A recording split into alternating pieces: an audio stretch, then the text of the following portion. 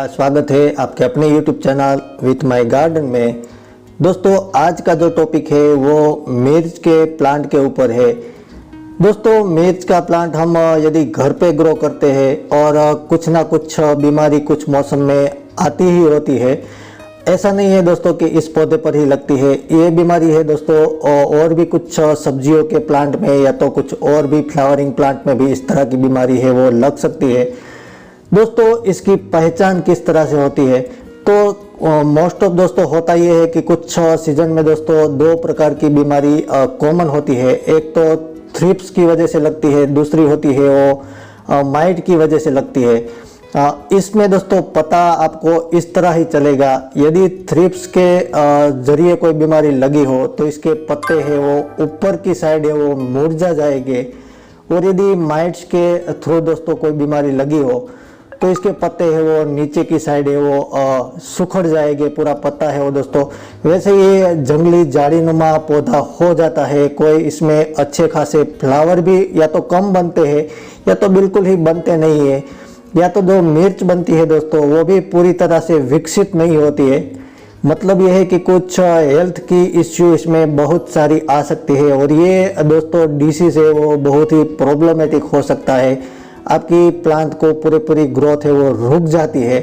और दोस्तों ये जो बीमारी है वो एक प्रकार की एक सफ़ेद मक्खी आती है उसके थ्रू ही लगती है, जो वैसे तो दिखने बहुत ही माइक्रो होती है, दिखने में ऐसे ही नहीं दिख पाती है, लेकिन इसे दोस्तों मरोड़िया का रोग भी बोलते हैं।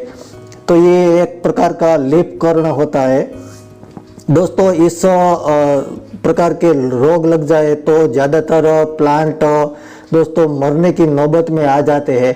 लेकिन दोस्तों इस प्रकार की जो बीमारी शुरुआती दिनों में हम कुछ केयर करें तो ये दोस्तों अच्छा जो प्लांट होता है उसकी ग्रोथ भी फिर से दोस्तों कंटिन्यू हो जाती है, या तो जो ये रोग इतनी प्रॉब्लम में आ जाए उतने तक नहीं जाता है। और दोस्तों ये बीमारी मिर्च के अलावा कुछ और सब्जियों के जो पौधे होते हैं उसमें भी लग सकती है, जैसे कि बैंगन है, टमाटर है, और कुछ प्लांट भी है दोस्तों फ्लावरिंग के। तो ये ज़्यादा डिसीज से दोस्तों एक झाड़ीनुमा पौधा है वो बन जाता है। इसका दोस्तों रास्ता यही होता है कि आप शुरुआती दिनों में नीम ऑयल का या तो घरेलू कोई फंजीसाइड का प्रयोग करोगे तो काबू में आ जाएगी। लेकिन दोस्तों उसके बावजूद भी ये काबू में नहीं आती है तो डेफिनेटली इसका जो स्पेशली कुछ ना कुछ लिक्विड या तो कुछ पाउडर मार्केट में अवेलेबल होता है उसका ही छंटकाव आपको करना पड़ेगा।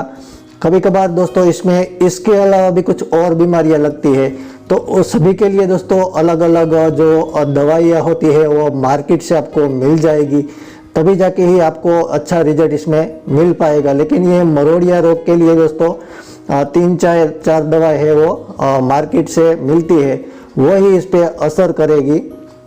कभी कभार दोस्तों डायबैक भी लग सकती है इसमें, और इसके अलावा कोई मिट्टी जन्य रोग जिसमें खास करके प्लांट के कुछ दिनों में ही दोस्तों मर जाता है। दोस्तों ये मरोड़िया रोग के लिए मार्केट से मैं लेके आया हूँ, ये कोई प्रमोशन नहीं है, किसी भी कंपनी का आप ले सकते हो। इस दवाई के कंटेंट है दोस्तों फिप्रोलिनिल 80% WG करके है, उस प्रकार की दवाई का मैंने प्रयोग किया है। घरेलू सभी मैंने प्रयोग करने के बाद दोस्तों ये डिसीज है वो काबू में नहीं आया था, उसके बाद ही दोस्तों इसका मैंने प्रयोग किया है। नहीं तो दोस्तों आपको इसको सारे पत्ते हैं वो हटा देने चाहिए, या तो बहुत ही अच्छी खासी तरह दोस्तों इसका प्रूनिंग है वो कर लेना चाहिए, उसके बाद ही दोस्तों ये शायद आएगी। नहीं तो आप इस दवाई का प्रयोग है दोस्तों मंथ में 2 या 3 बार कर सकते हैं। लेकिन इससे दोस्तों काफ़ी हद तक आपकी जो मिर्च के प्लांट है उसमें दोस्तों ये डिसीज है वो काबू में आ सकते हैं। आई होप दोस्तों वीडियो अच्छी लगी हो तो लाइक शेयर सब्सक्राइब कर दीजिएगा। आज के लिए इतना ही, बाय बाय, टेक केयर।